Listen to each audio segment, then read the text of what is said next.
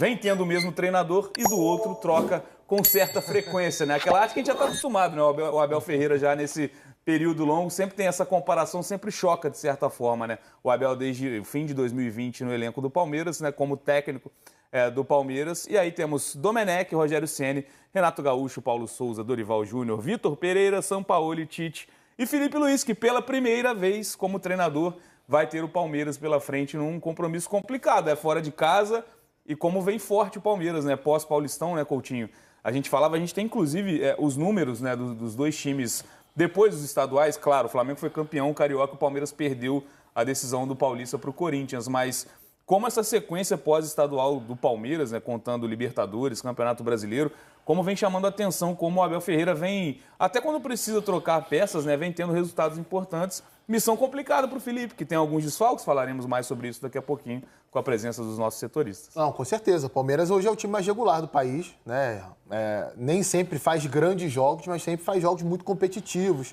Jogos em que, às vezes, não precisa de tanto para vencer, né? Vários jogos o Palmeiras não criou tanto assim e acabou vencendo, mas quase sempre muito seguro defensivamente. É difícil fazer gol no Palmeiras, é difícil criar tantas chances contra o Palmeiras. O que, pro lado do Flamengo nesse duelo, deixa uma pulga atrás da orelha, né? Porque o Flamengo talvez seja o time do país que mais consiga ter volume ofensivo, que mais consiga chegar à área adversária, que mais consiga envolver o adversário.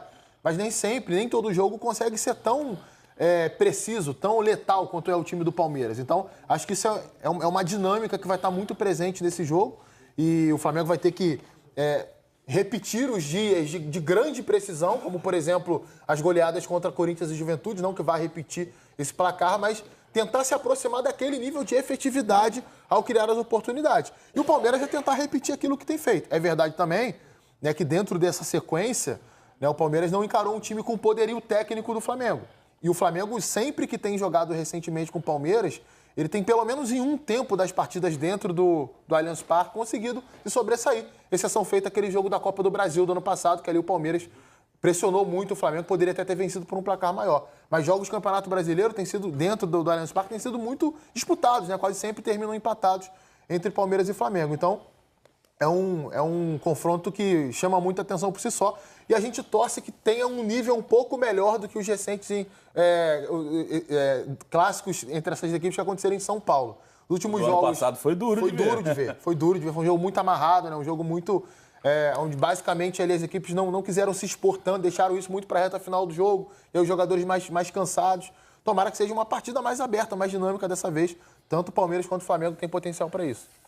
Temos os números, né, que eu falei depois dos estaduais, né, de como Palmeiras e Flamengo vêm nessas partidas, né, são 16 jogos para cada, né, e aí contando Copa do Brasil, Brasileirão e Libertadores. Palmeiras tem 14 vitórias, um empate e uma derrota, né, o empate contra o Botafogo na estreia do Campeonato Brasileiro e a derrota em casa, né. Os dois tropeços do Palmeiras nesse período são no Allianz Parque, inclusive a derrota para o Bahia no Brasileirão por 1-0. Flamengo com 16 partidas também, 9 vitórias, 5 empates e 2 derrotas, né, Betão, que mostra que o Flamengo... Acho que está com tudo nas mãos para se classificar na Libertadores, porque tem um compromisso bem acessível jogando em casa contra o Tátira. Mas teve uma fase de grupos que teve momentos conturbados, né? O Palmeiras conseguiu levar com maior tranquilidade, até para dosar a minutagem de alguns jogadores nesse momento. O Palmeiras conseguiu fazer a sua fase de grupos limpa, linear e circulando o elenco, né? Rodando esse elenco. O Palmeiras muito bem, assim, é o melhor time, né? Não sei se ele é o melhor time em pontuação, mas... É o time que eu acho mais dominante da Libertadores dessa primeira fase. Pontuação. Já tem a melhor campanha. Já tem a melhor campanha, né? Muito bem, enquanto o Flamengo tem repetido isso, né? Todo mundo eu achava que seria diferente pelo trabalho do Felipe, já dando uma sequência, mas foi muito parecido com os últimos anos. O Flamengo muito hesitante na fase de grupos, contra adversários claramente inferiores, mas o time dá um bloqueio ali, assim, um jogo do Córdoba, assim, pegando só o Felipe, né? É um jogo assim que você olha e não parece que é a mesma equipe treinada pelo Felipe Luiz. Tem um apagão no time, tá pagando muito por isso. Mas quando você olha ali a diferença do Palmeiras pro Flamengo, Palmeiras com mais vitórias, Flamengo com mais empates, a questão é muito... Eu acho que se passa pelo baixo poder de decisão dos jogos do Flamengo. O Flamengo, eu acho que é a equipe do Brasil, é a única equipe do Brasil que entra em campo para dominar o adversário. O tempo todo, o pensamento é esse. Só que, assim, você tem uma estratégia de subir linha, abafar e matar o jogo para você depois dosar esse jogo. Então, o Flamengo cria para fazer 3-0 e não é sempre como foi contra o Botafogo, que acho que é o ideal do Felipe. 10 minutos já tá 3-0, aí depois você administra o jogo. O Flamengo às vezes faz isso, não consegue fazer o gol e estica muito essa intensidade, né, do time para poder buscar. Isso tem sido um problema. O Flamengo ele precisa resolver isso. O Pedro voltou, que era grande retorno para a questão ofensiva, mas como foi uma volta inesperada, acima de qualquer expectativa, ele está cumprindo o seu processo ali, né? Então ainda não é o Pedro. Já fez alguns gols e tudo mais, mas ainda não é o Pedro. Ainda não está aquela garantia de transformar o volume do Flamengo em gols num número muito acentuado. E outros jogadores também, os pontas Michael, Cebolinha, Luiz Araújo, não estão entregando os gols que poderiam entregar. Então isso tem trabalhado o Flamengo na hora de transformar esse domínio dele em vitórias. E aí você vê ele... E o Palmeiras está muito certinho, né?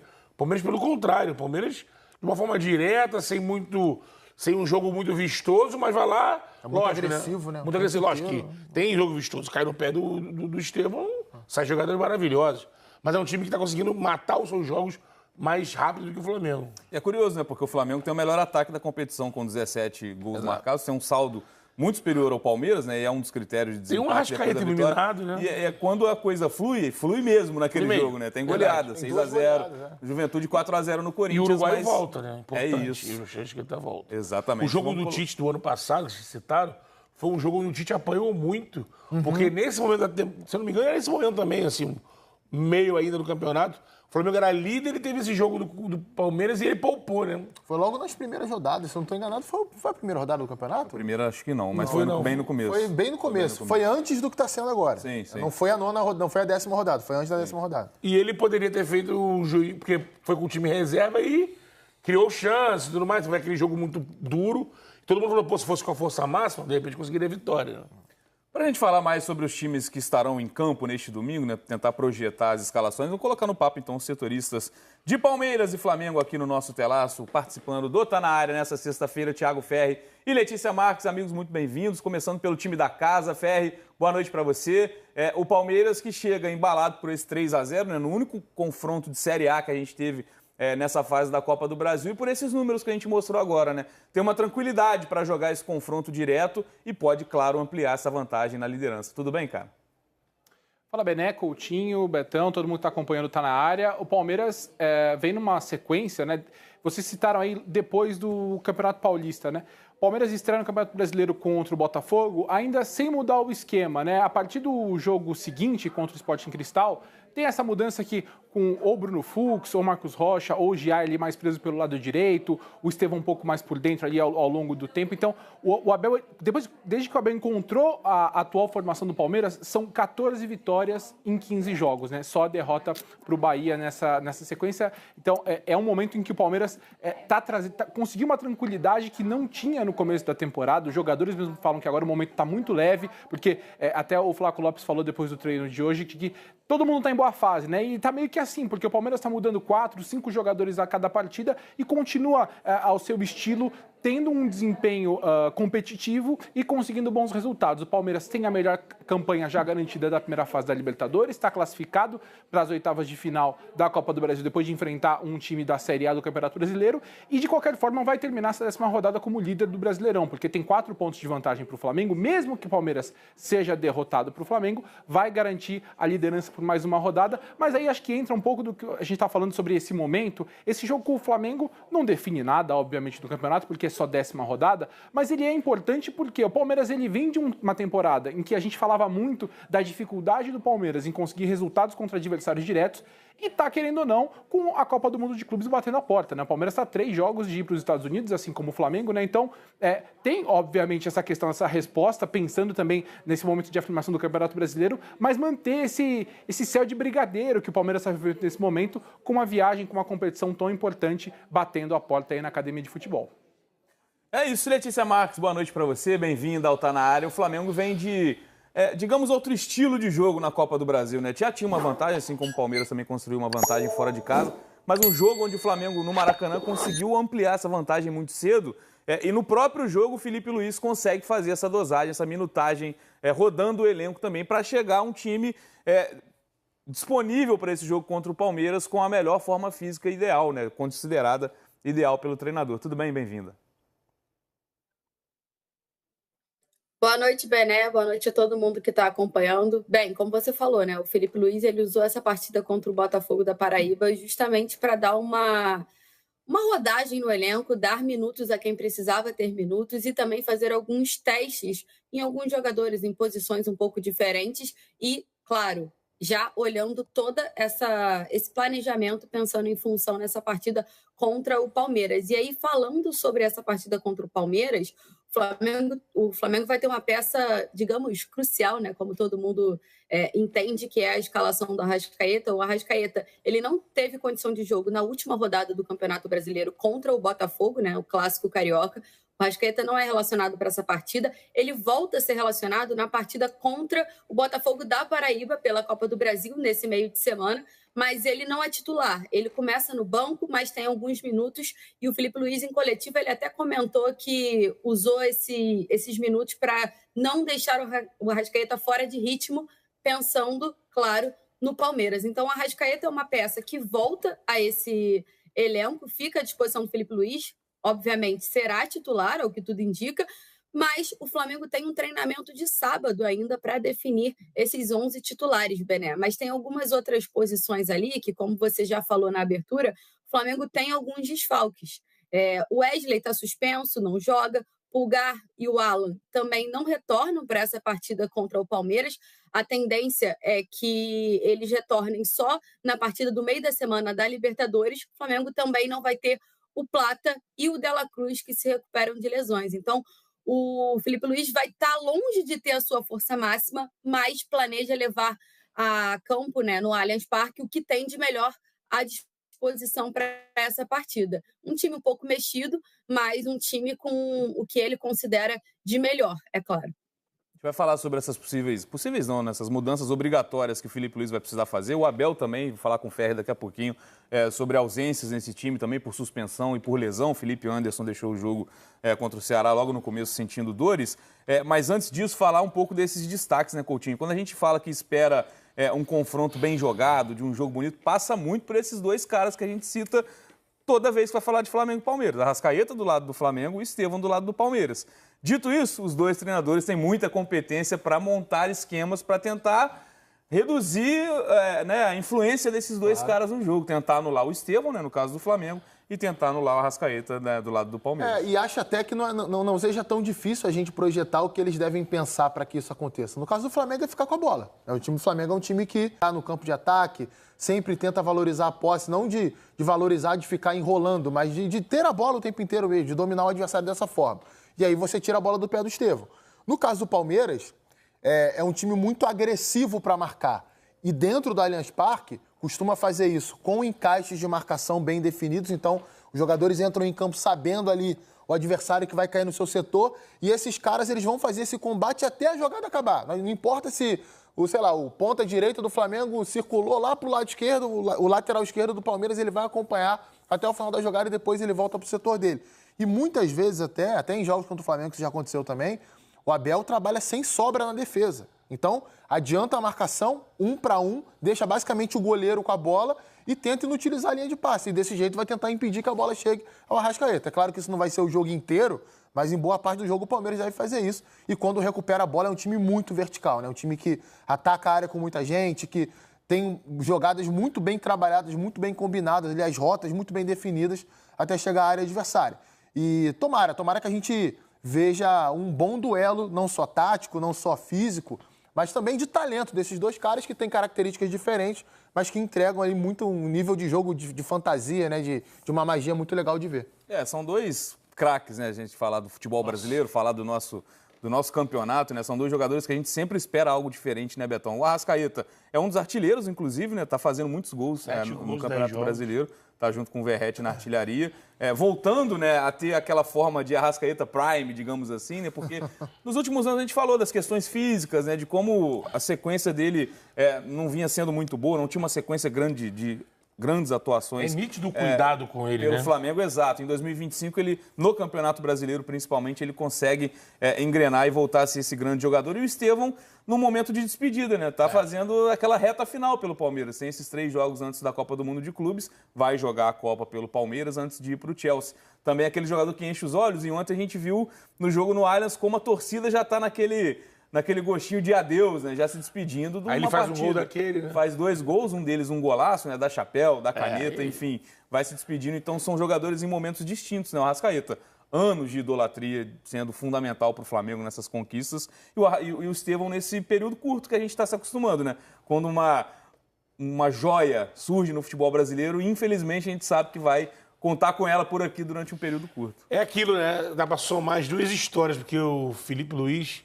foi muito feliz quando ele disse que o rubro-negro e o brasileiro que assiste futebol e gosta quer agradecer ao Arrasca por ter escolhido viver os melhores momentos da vida dele aqui. E a gente tem que se contentar com ele. Ainda bem que existe ainda essa possibilidade, porque os nossos grandes jogadores a gente tem que ver, assistir e ir embora muito cedo.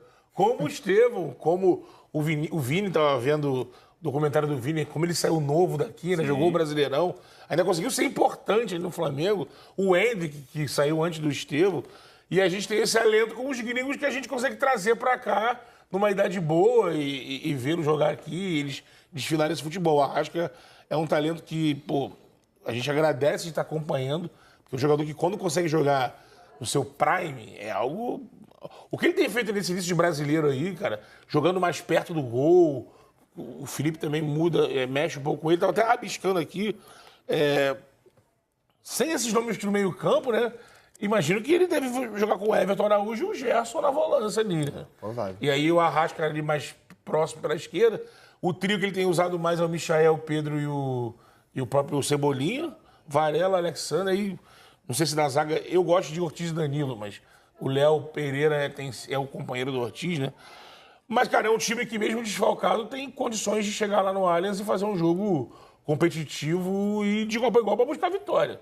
Acho que e a expectativa de um ótimo desempenho. O detalhe com o Everton Araújo jogando, mais uma vez, que ele já utilizou contra o Botafogo da Paraíba, que estava lendo até aqui no próprio GE, né?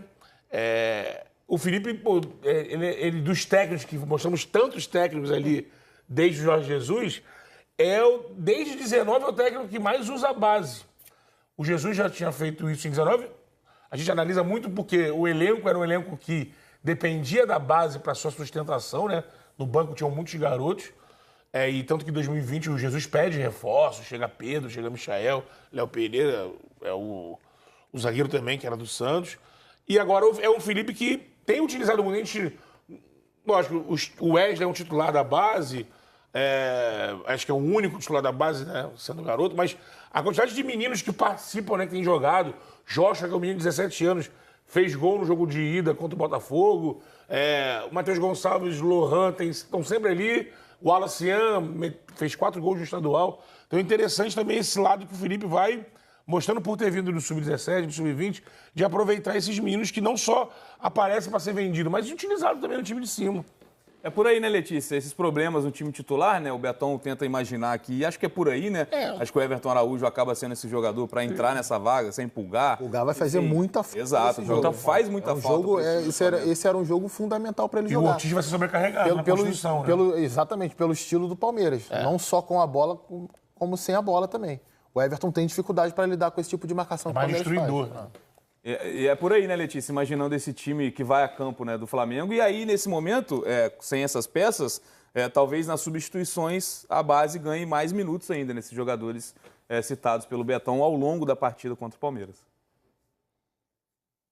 Bom, Bené, como vocês estavam debatendo, o caminho do time é por aí, né? Como eu falei, ainda tem o treino de sábado para a gente tentar apurar um pouquinho mais. Não tem muito mistério em relação ao meio, porque quando você não tem o Pulgar, o Alan e nem o Dela Cruz, não sobram muitas opções para o Felipe Luiz, né? Então, Everton Araújo com Gerson ali, foi algo que ele fez também na partida contra o Botafogo da Paraíba.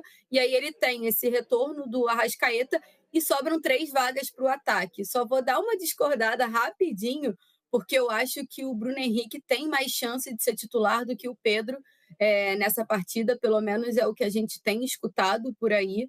O Filipe Luís tem gostado do Bruno Henrique. Quando o Arrascaeta joga, ele acha que funciona um pouco mais a marcação, e o Pedro também ainda está em busca de ritmo, né? Depois dessa grave lesão que ele teve. Foi a primeira vez no jogo contra o Botafogo da Paraíba que ele jogou 90 minutos desde que ele retornou depois da lesão, então ele está nesse processo. Então eu acho que talvez o Bruno Henrique possa ter mais uma vez chance no ataque titular do Filipe Luís. E aí as outras duas vagas possivelmente serão do Luiz Araújo, e na ponta esquerda uma dúvida ali entre o Cebolinha e o Michael, mas acho que o Cebolinha sai um pouquinho à frente do Michael pelas recentes atuações. E falando desses problemas no meio-campo, né? O Filipe Luís deve estar pensando assim: será que não tem como antecipar a chegada do Jorginho, né?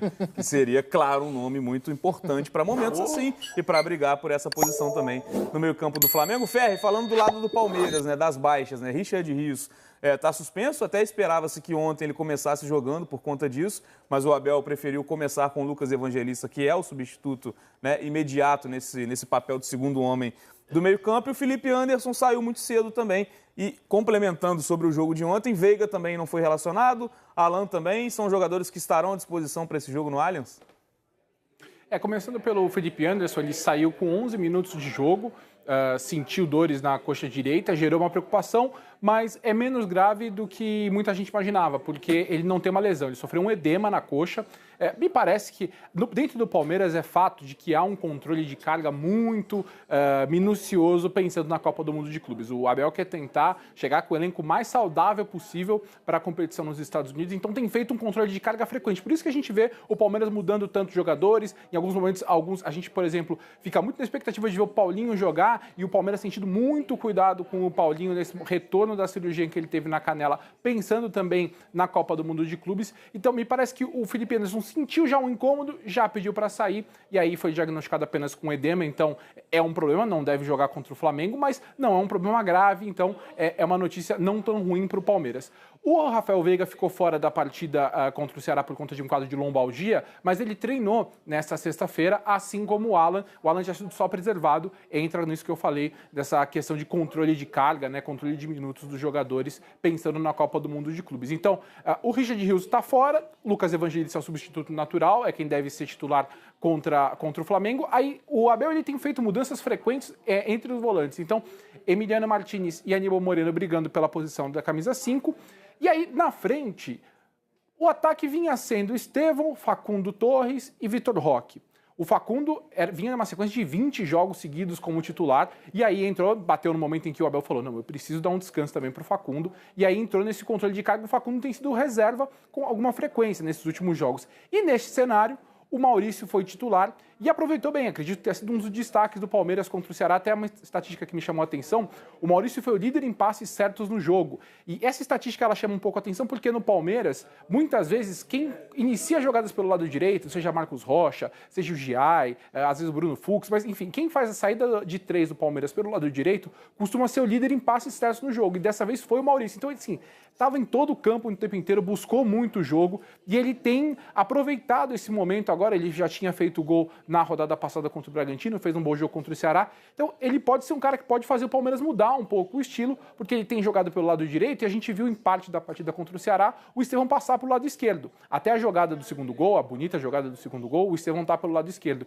É verdade que ele tem liberdade para se movimentar, fez jogadas também pelo lado direito, como no lance do pênalti, mas ele, em alguns momentos, ele fica mais pelo lado esquerdo, tendo o Maurício. Então, há essa possibilidade de mudança, mas acho que é uma equipe, essa deve ser uma equipe com menos, eu aposto, uma equipe com menos trocas por conta da importância do jogo com o Flamengo e o fato de que a próxima partida contra o Sporting Cristal no Allianz Parque, entre aspas, não vale muita coisa, porque o Palmeiras já está classificado com a melhor campanha na Libertadores. Então, se o Abel, nesse caso, quiser colocar uma equipe inteira à reserva, até se ele entender que é necessário por conta do controle de carga, ele pode fazer. Então, eu desenho o Palmeiras dessa forma. E aí a dúvida, sem o Felipe Anderson, se ele colocaria o Alan, que vem sendo o substituto natural do Felipe Anderson nessa função, ala pelo lado direito, ou até o Mike, que foi quem entrou no jogo contra o Ceará e acredito que fez um bom jogo como ala mesmo, chegando muito à linha de fundo, ajudando ali o Giai na marcação quando o Palmeiras não tinha bola. Então, nesse quebra-cabeças aí do Palmeiras, eu imagino uma equipe com menos mudanças, mas com alguns ajustes ainda a serem feitos que vão ser definidos depois do treino deste sábado. E aí, o Abel, a gente sempre destaca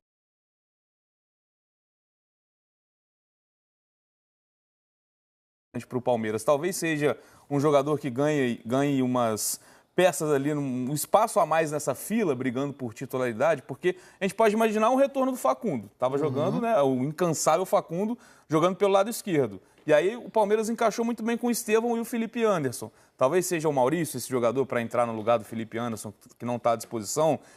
Acha uma boa, talvez, o Alan, que é um garoto ainda, também está entrando aos poucos nesse time. Fosse você o Abel Ferreira, Coutinho, o que você faria?